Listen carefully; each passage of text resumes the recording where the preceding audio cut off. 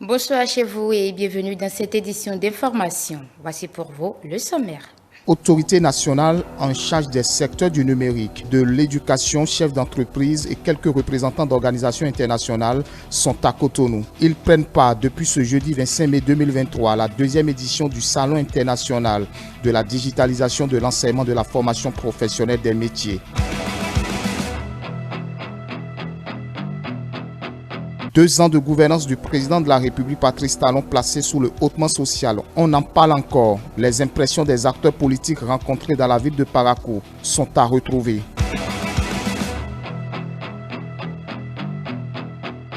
D'ici 2024, plus d'importation des poulets congelés. C'est l'une des décisions prises par le gouvernement en avril 2023. Suite à cette annonce, ETélé s'est rapproché de quelques citoyens et responsables d'associations de consommateurs.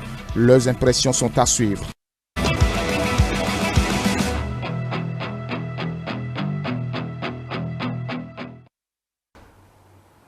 Merci de nous rejoindre dans ce journal. La ville de Cotonou abrite depuis ce jeudi 25 mai la deuxième édition du Salon international de la digitalisation de l'enseignement, de la formation professionnelle et des métiers. Y prennent part des cadres des ministères du numérique et de l'enseignement ainsi que des représentants d'organisations internationales intervenant dans le domaine du numérique. Compte rendu, Melvina Chabi, présenté par Nafissa Tassani. Digitaliser les systèmes d'enseignement de la formation technique et professionnelle pour une industrialisation et une diversification économique inclusive et durable en Afrique, cas du Bénin. C'est autour de ce thème que se tiennent les réflexions de cette deuxième édition du Salon international de la digitalisation, de l'enseignement et de la formation professionnelle et des métiers. Le choix de cette thématique résulte d'un besoin important et s'inscrit dans la vision du gouvernement de faire du Bénin une nation fortement digitalisée dans tous ses secteurs. Ce salon est l'occasion pour réunir les acteurs clés de l'éducation, la formation professionnelle et du secteur numérique afin de partager nos connaissances, nos expériences et nos bonnes pratiques. Ensemble, nous explorerons les opportunités offertes par la digitalisation des EFTP, l'enseignement, la formation technique et professionnelle, en mettant l'accent sur les enjeux spécifiques au Bénin et en Afrique de l'Ouest.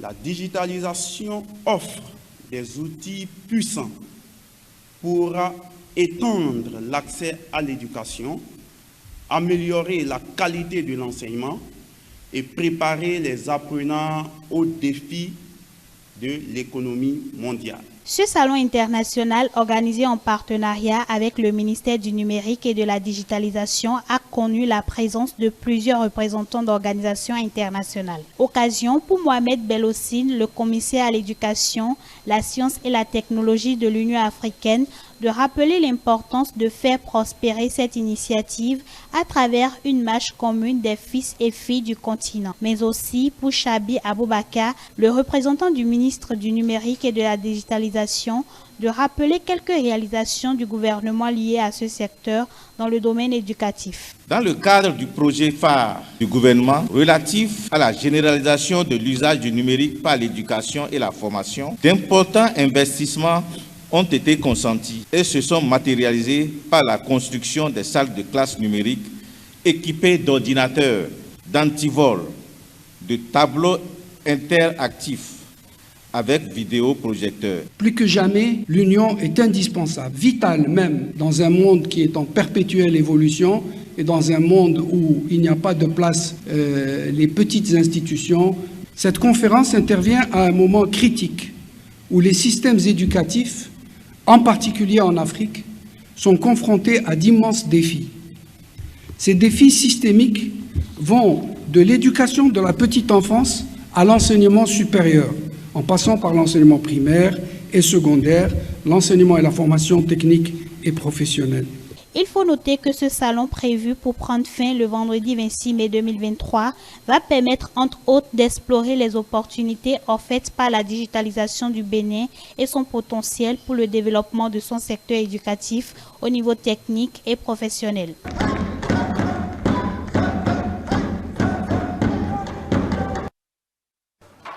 À l'occasion de l'an 2 du second quinquennat du président de la République, Patrice Talon, quelques acteurs politiques de la cité des Kobourou se sont prêtés à nos questions. Ils apprécient les efforts du gouvernement, expriment leur satisfaction et leurs envies de voir les projets en cours se réaliser avant la fin du mandat de Patrice Talon. On les écoute. Et notre président, c'est un président dynamique. Un homme de parole. Vous avez vu le premier mandat, c'est passé. S'il dit il va faire, il le fait. Second mandat, il a fait des promesses et j'ai vu qu'il est en train de les tenir. Par exemple, il a lancé tout récemment la seconde phase d'asphaltage. Il a aussi lancé l'assainissement des grandes villes. Côté cantine, vous voyez maintenant nos enfants, nos frères, ils mangent aussi. À la fin, ils mangent comme ils veulent aujourd'hui. Il n'y a plus de grève. Et c'est notre bien. C'est le bien des enfants. C'est le bien du pays. Et vraiment, vous voyez aujourd'hui, les résultats sont bons. Le coton aujourd'hui, vous n'êtes pas sans savoir que c'est notre or blanc. Aujourd'hui, le Bénin est toujours le premier au niveau de la sous-région. Donc, et il y a aussi la technologie qui est en train d'évoluer au sein du coton. Si je prends le service classement qui est ici à Paco, nous avons des agents qui sont en formation au Brésil, en Allemagne, partout, à travers la technologie, et ce qui serait vraiment favorable pour le pays. Le chef de l'État est vraiment droit sur ses bottes pour mieux booster l'économie et avoir des retombées pour sécuriser non seulement beaucoup de choses à travers l'eau, à travers l'éducation et à travers toutes les réformes que nous avons constatées qui fait gagner l'État béninois en termes de ressources. Et aujourd'hui, la jeunesse est très contente de travailler autour de ce leader qui a su bien placer les choses pour booster l'économie nationale. C'est une vision qu'il a. Et cette vision permet de développer le pays, une vision future pour que le pays ait des cadres afin que l'économie soit rassurée. La satisfaction est totale à notre niveau et parce que sur plusieurs plans, on peut noter des avancées remarquables et on se rend compte que le PAG2 est en train d'être déroulé comme on le souhaite. Et quand nous prenons le volet éducation, et on remercie le gouvernement d'avoir écouté le cri de cœur des enseignants en réintégrant les enseignants radiés suspendus lors de l'évaluation diagnostique. Si nous prenons le domaine et le volet social, toujours dans le système éducatif, avec le projet Suède, nous voyons comment l'État vient en aide aux filles vraiment démunies, en leur mettant à travers des transferts Momo et des appuis financiers qu'on constate un peu partout dans les collèges. C'est très bien aussi. Et nous voyons que dans nos collèges, les subventions viennent à temps. Souvent, c'est l'intégralité des subventions qui viennent. Et ça ne bloque pas le fonctionnement des collèges. Dans quelques jours, les sages de la Cour constitutionnelle 6e mandature vont faire place aux nouveaux membres de la haute juridiction. Il s'agit bien évidemment de Dorothée Sosa, Michel Adjaka, Aléa Goudabako, Dondi Yamon, Vincent Akapo, Nicolas Asogba et Mathieu Adjovi. Une cour renouvelée à 100%. Quelle lecture font les acteurs de la faculté de droit et de sciences politiques de l'université d'Abomey-Calavi de cette configuration de la Cour, quel devrait être le premier défi de ces prochains sages de la Cour? On suit les avis de quelques acteurs rencontrés. Ils sont au micro de Mathieu Boko et Edouard Capou. La 7e mandature a présenté un nouveau visage. Et ce nouveau visage peut être interprété comme le signe d'un renouveau ou d'une volonté de revivifier l'état de droit et la démocratie au Bénin. Parce que ceci, quoi qu'on dise, reste l'aspiration profonde au jour d'aujourd'hui de la plupart des Béninois. Alors c'est dire que les défis à relever sont aussi grands et je ne doute pas au regard du profil des nouveaux membres de cette cour que cette cour ne soit pas en mesure de relever ces défis. La cour Djokbenou n'a pas du tout démérité. Avant, il avait des cours qui passaient. Mais à l'arrivée du professeur Djokbenou à la tête de la Cour constitutionnelle, nous avons constaté que, au moins à la Cour constitutionnelle, il a les audiences. Il a de nouveau. Et la Cour n'a jamais rendu une décision où ça a mené du désordre dans le pays. Donc c'est une Cour avec beaucoup de mérite. Mais avec le renouvellement entier de la nouvelle mandature, les gens peuvent se poser beaucoup de questions. Normalement, ils ne devraient pas se poser des questions. Nous sommes à une période de transition. Alors au jour d'aujourd'hui, la majorité des citoyens béninois ont le sentiment que les espoirs qui sont placés, qui ont été placés en cette cour, ont été déçus. Mais comme je le dis, tout dépend voilà, de là où chacun se trouve. D'autres auront le sentiment que la cour a fait du bon boulot, tandis que d'autres auront l'impression que cette cour a été au service d'un pouvoir ou des gouvernants. Vu la désignation de ses membres, on peut déjà avoir confiance. Mais automatiquement, la population doit les amener, ils doivent savoir qu'ils ont une grande tâche devant eux. Et ils doivent commencer par travailler en conséquence pour qu'il n'y ait pas de désordre dans le pays. Mais c'est un pays de paix, il n'y aura jamais de désordre. C'est vrai qu'il y a des profils assez impressionnants pour prendre la tête de cette nouvelle mandature.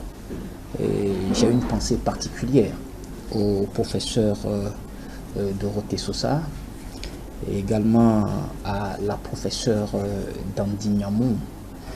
Je n'oublierai pas non plus le magistrat de grande renommée, Nicolas Assoba. À mon avis, le poste de président va se jouer entre ces trois personnalités.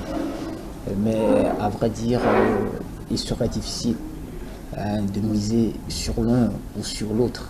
Comme je l'ai dit, tu relèverais du politique. Voilà. Lancement le mardi 23 mai à Soava de l'installation des lampadaires solaires dans la dite commune. Et plus de 200 lampadaires vont être implantés dans 42 localités. C'est un montant de 470 000 € qui a été décaissé pour les travaux prévus d'ailleurs pour durer 2 mois. Compte rendu Stélia Padonou et bonne aventure à l'heure.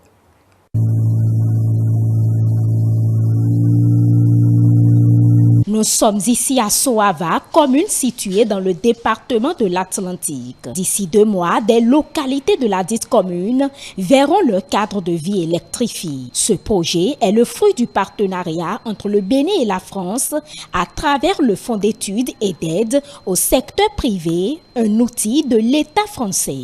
Le savoir-faire de l'entreprise Novea Énergie, filiale du groupe Ragni, va être mis à profit. La genèse de ce projet remonte au mois de juillet-août 2021, donc il y a bientôt 2 ans.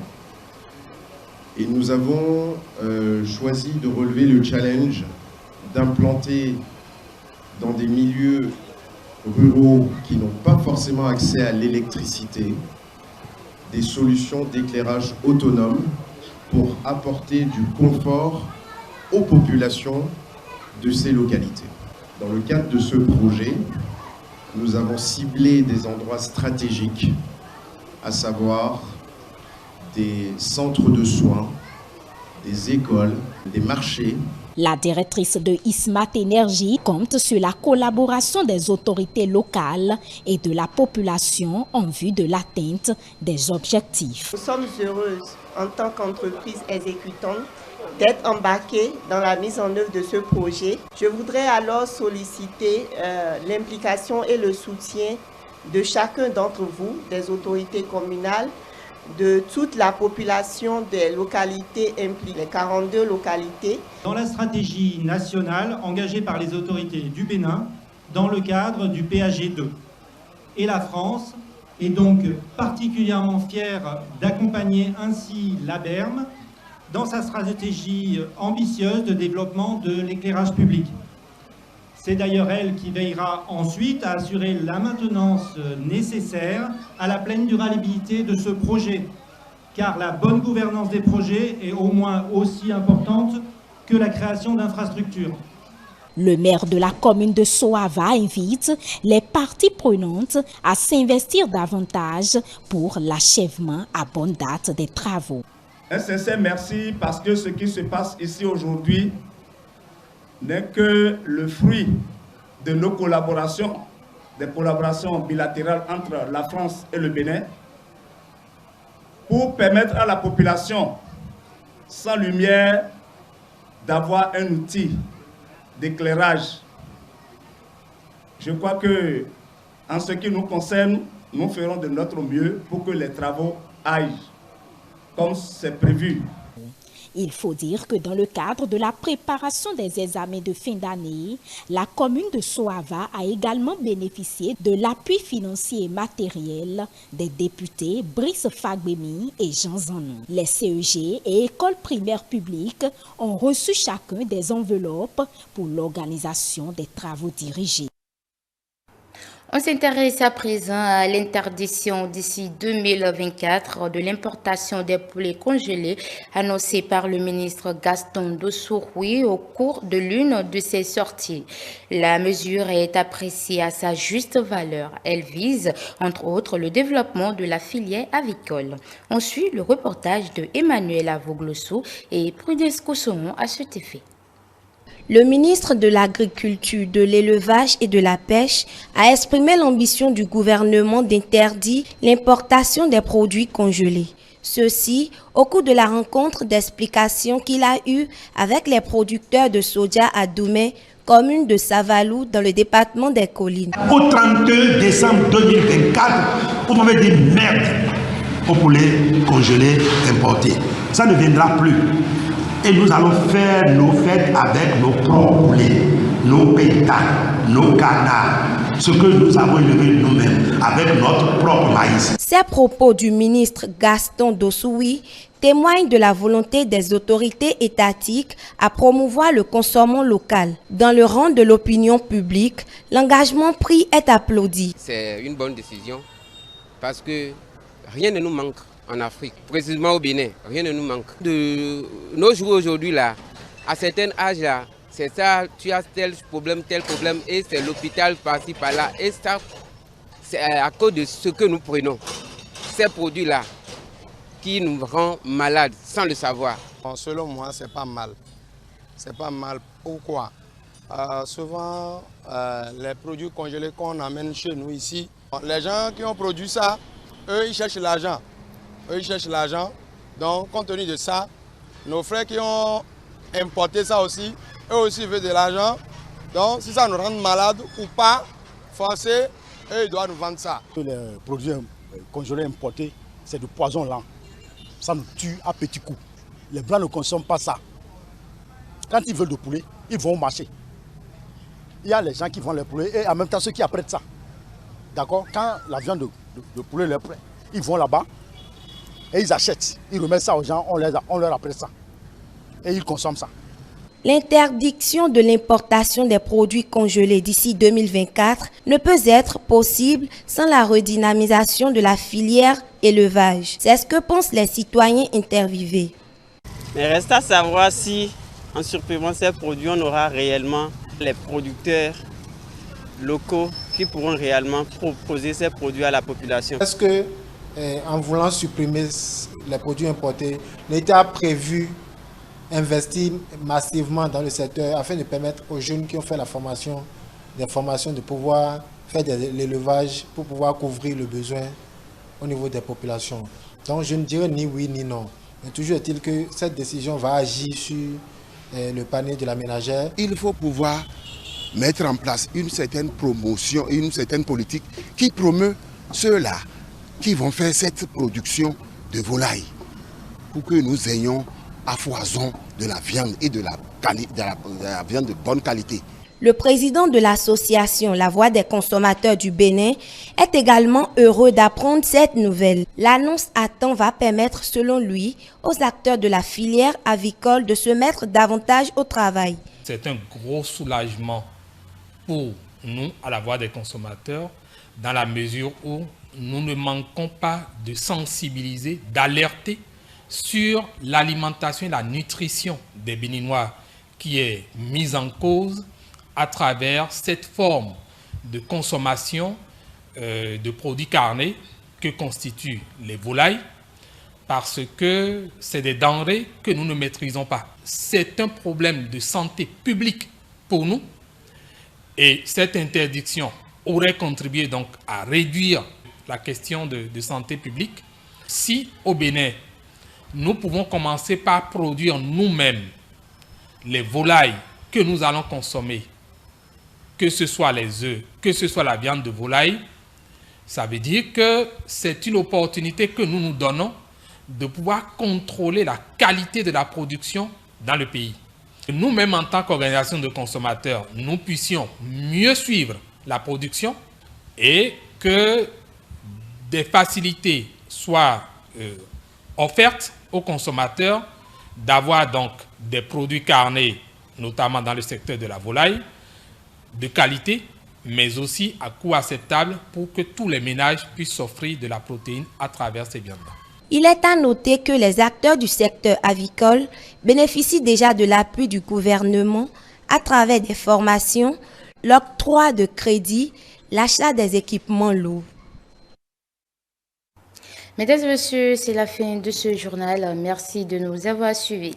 Retrouvez-nous sur l'ensemble de nos plateformes digitales, notre site internet, le www.etelebene.com, notre page Facebook, eTélé en direct, notre compte Twitter, eTélé Live, notre chaîne YouTube, eTélé Bénin, notre compte TikTok, eTélé Bénin et en direct via notre application iOS et Android, eTélé Bénin. eTélé avec vous, pour vous.